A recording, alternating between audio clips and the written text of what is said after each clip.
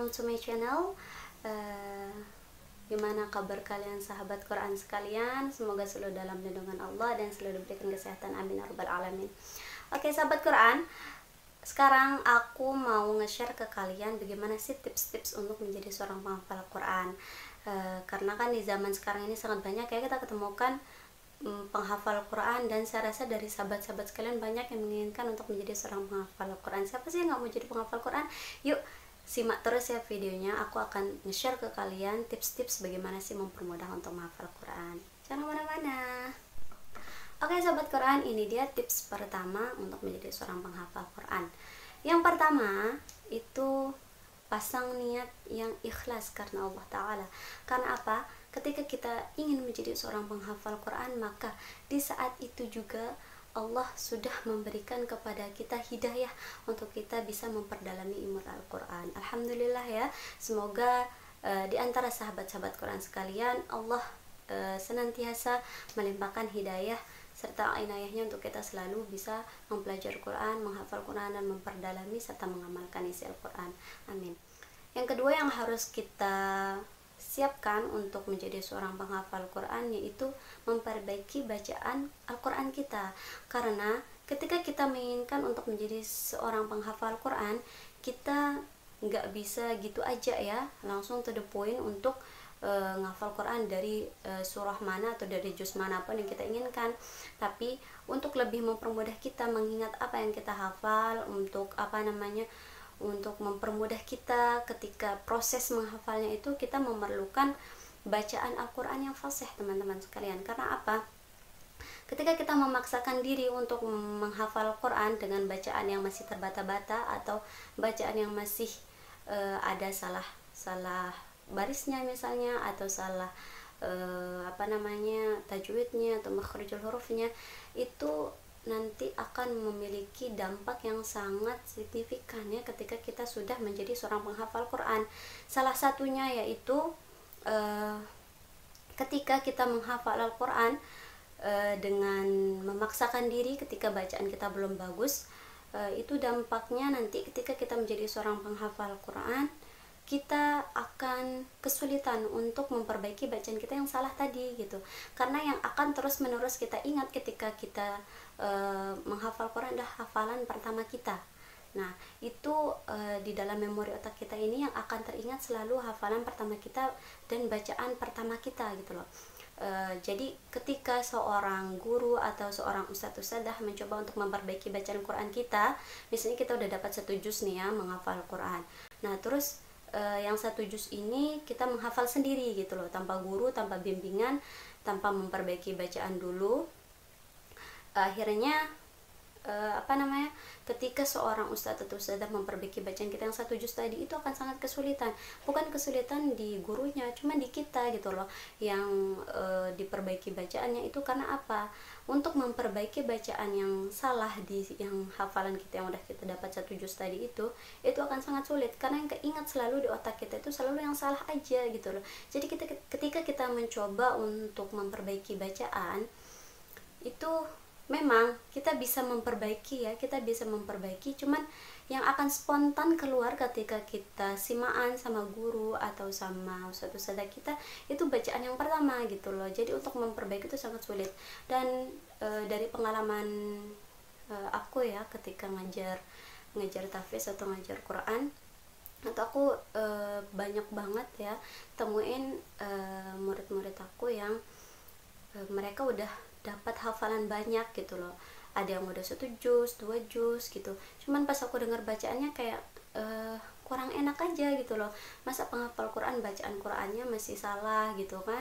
Jadi kita dengarnya juga ya, ampun gimana sih kalau aku nggak perbaikin gitu kan, nggak enak juga.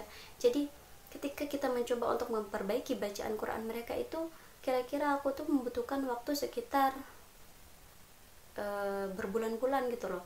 1 bulan, 2 bulan, 3 bulan itu untuk perbaiki bacaan di hafalan yang sudah mereka hafal, belum di hafalan yang lain gitu loh.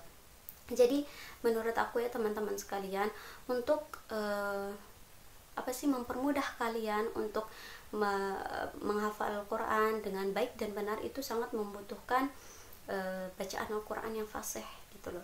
Jadi ketika kita membaca Al-Quran dengan fasih, sudah lancar baca Al-Quran, otomatis ketika kita menghafal Al-Quran akan dipermudah gitu, karena kita udah bisa baca Al-Quran gitu kan. Jadi tinggal kita hafal aja dan kita udah tahu salah kita di mana, dan nanti insya Allah akan terus bisa diperbaiki gitu. Dan juga ketika kita memaksakan diri untuk menghafal Al-Quran, ketika kita belum memperbaiki bacaan Quran kita, itu dampak keduanya itu kesulitan di dalam menghafal. Karena apa? Jangankan untuk menghafal, untuk membaca Al-Quran dengan baik dan benar pun kita masih susah gitu loh, apalagi untuk menghafalnya. Jadi bagaimana, bayangkan, coba teman-teman bayangkan bagaimana kita bisa menghafal Quran dengan mudah, sedangkan untuk membaca Al-Quran aja masih mikir-mikir gitu, mesti terbata-bata. Jadi otomatis kita akan menghabiskan banyak waktu dan tenaga gitu loh.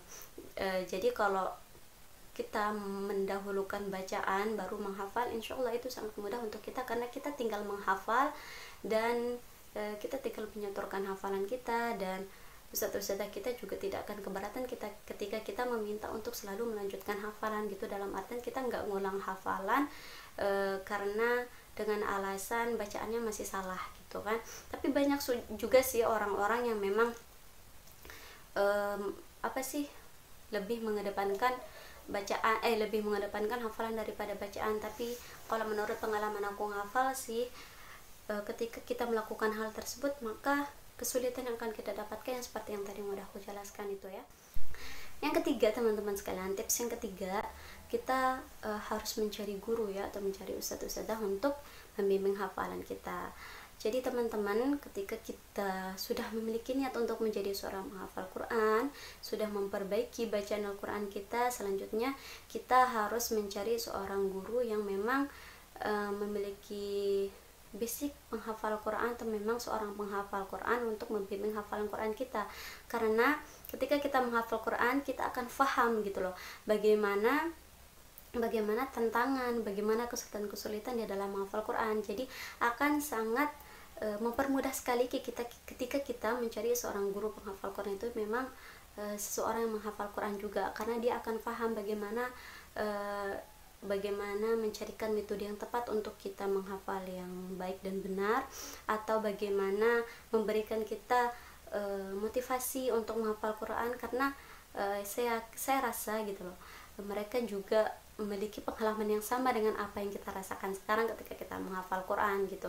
Mereka ketika mereka menghafal Quran pun, mereka pasti juga pernah gitu kan mendapatkan kesulitan-kesulitan, atau dihadapkan dengan tantangan-tantangan yang memang sudah menjadi cobaannya seorang menghafal Quran gitu ya.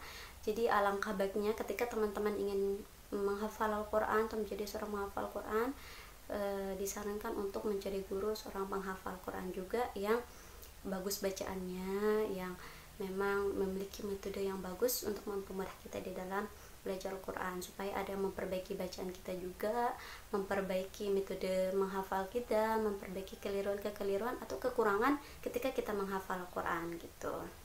Dan teman-teman, yang paling penting juga dari seorang guru penghafal Quran itu, yang pertama adalah doa dari beliau gitu. Doa dari guru-guru kita ini itu sangat memiliki dampak yang sangat baik untuk hafalan Quran kita, untuk proses menuntut ilmu kita. Karena apa? Doa seorang guru itu sangat makbul di hadapan Allah.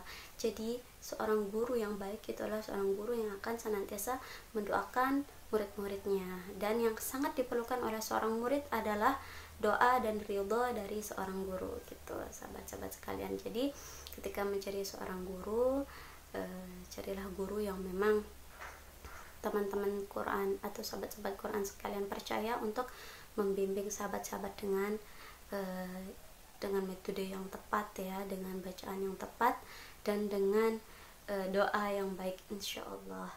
Kemudian yang keempat, tips yang keempat, tentukan mushaf Quran yang akan kalian gunakan ketika menghafal Quran. Nah, kalau aku biasanya di pondok, aku tuh pakai yang ini. Ini mushaf Al-Ali ya. Ini Al-Quran Al-Ali. Jadi aku pakai ini untuk menghafal. Di sini ada 18 baris ya, dari baris pertama sampai terakhir. Jadi mushaf ini juga ada terjemahannya, sahabat-sahabat sekalian. Dan kenapa aku suka banget pakai Al-Quran Al-Ali ini, karena sangat apa sih, mempermudah aku gitu loh. Kenapa aku bilang mempermudah? Ya karena dalam satu juz ini kan terdapat 8 lembar gitu. Jadi ketika aku menargetkan untuk menghafal Al-Quran, misalnya dalam 1 bulan ini aku targetkan aku harus dapat 1 juz gitu loh. Karena dalam 1 juz itu terdapat 8 lembar, dan dalam 1 bulan itu ada 30 hari, hitunglah ya 30 hari. Jadi aku targetkan dalam sehari itu aku harus habiskan 1 lembar gitu loh. Jadi dalam 1 hari aku habiskan 1 lembar. Jadi dalam kurun waktu 8 hari aku udah dapat 1 juz gitu. Jadi aku sukanya pembagian atau metode seperti hal tersebut ya, untuk mempermudah menghafal Quran gitu. Jadi buat teman-teman yang memang mau menghafal Quran, boleh ikutin aku pakai ini, Al-Quran Al-Ali, atau bisa juga teman-teman sekalian cari Al-Quran yang bisa 15 baris, bisa yang 20 baris bisa, cuman itu tergantung teman-teman sekalian sih ya, nyamannya pakai apa. Setiap diri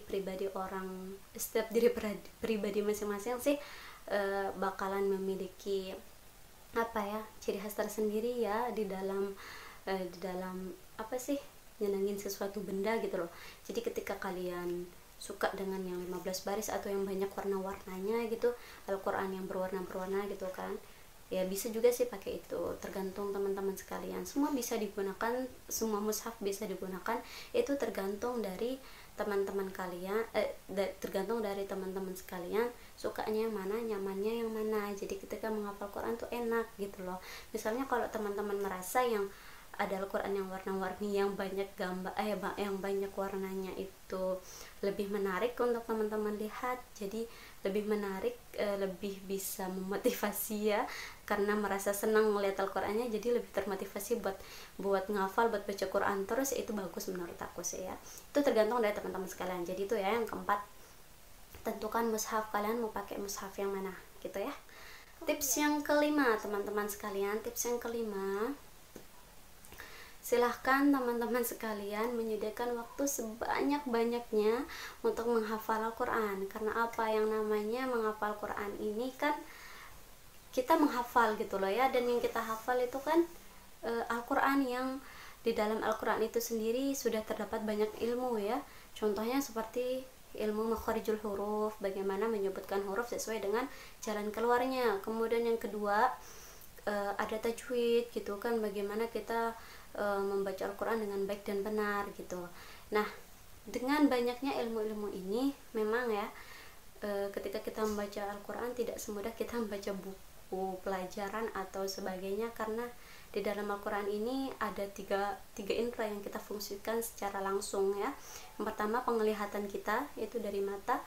Yang kedua dari bacaan mulut kita. Yang ketiga kita harus mendengarkan bacaan kita dari telinga kita. Nah, jadi dari hal tersebut teman-teman sekalian, ketika teman-teman ingin menghafal Quran, silakan carilah waktu-waktu yang memang teman-teman miliki untuk dikhususkan untuk menghafal Quran. Misalnya teman-teman kalau memang dari pagi harus kerja misalnya atau sekolah sampai sore atau jam 5, teman-teman bisa gunakan waktu setelah maghrib dan setelah sholat subuh. Nah, itu waktu-waktu yang sangat baik untuk menghafal Quran, karena waktu-waktu tersebut otak kita lagi fresh-freshnya gitu, nggak terlalu banyak yang dipikirkan gitu kan. Nah, aku juga pernah dapat tips dari Habib Umar bin Hafidh, itu kalau mau menghafal Quran dan hafalannya itu kuat, maka silahkan menghafal Quran sebelum tidur. Karena apa? Ketika kita menghafal Quran sebelum kita tidur, nah itu hafalan Quran kita akan sangat kuat. Karena apa? Ketika kita tidur, apa aktivitas yang kita lakukan sebelum tidur itu otak kita ini merespon gitu loh kan, bahwa apa yang kita lakukan sebelum tidur itu, apalagi itu adalah sebuah bacaan Al-Quran ataupun hafalan Quran, itu akan sangat berdampak baik untuk kekuatan dalam hafalan kita gitu. Kemudian juga ketika kita berniat untuk menjadi seorang penghafal Quran dan mau berusaha gitu, tapi untuk menyediakan waktu ini kita merasa kurang gitu ya, mungkin karena kita kerja, teman-teman kerja, atau memang sekolah atau kuliah segala macamnya banyak tugas. Tapi percayalah teman-teman sekalian, ketika kita mendahulukan Al-Quran, mendahulukan Allah daripada segala-galanya, maka Allah akan mempermudah. Seperti katanya Imam Syafi'i, ketika kalian tidak siap untuk menanggung beratnya proses menuntut ilmu, maka bersiap-siaplah untuk menanggung beratnya kebodohan, gitu loh teman-teman sekalian. Jadi ketika teman-teman sekalian ingin menjadi seorang penghafal Quran, maka dibutuhkan waktu yang tepat dan ikhlas untuk teman-teman sekalian berikan untuk Al-Quran kalian, gitu loh.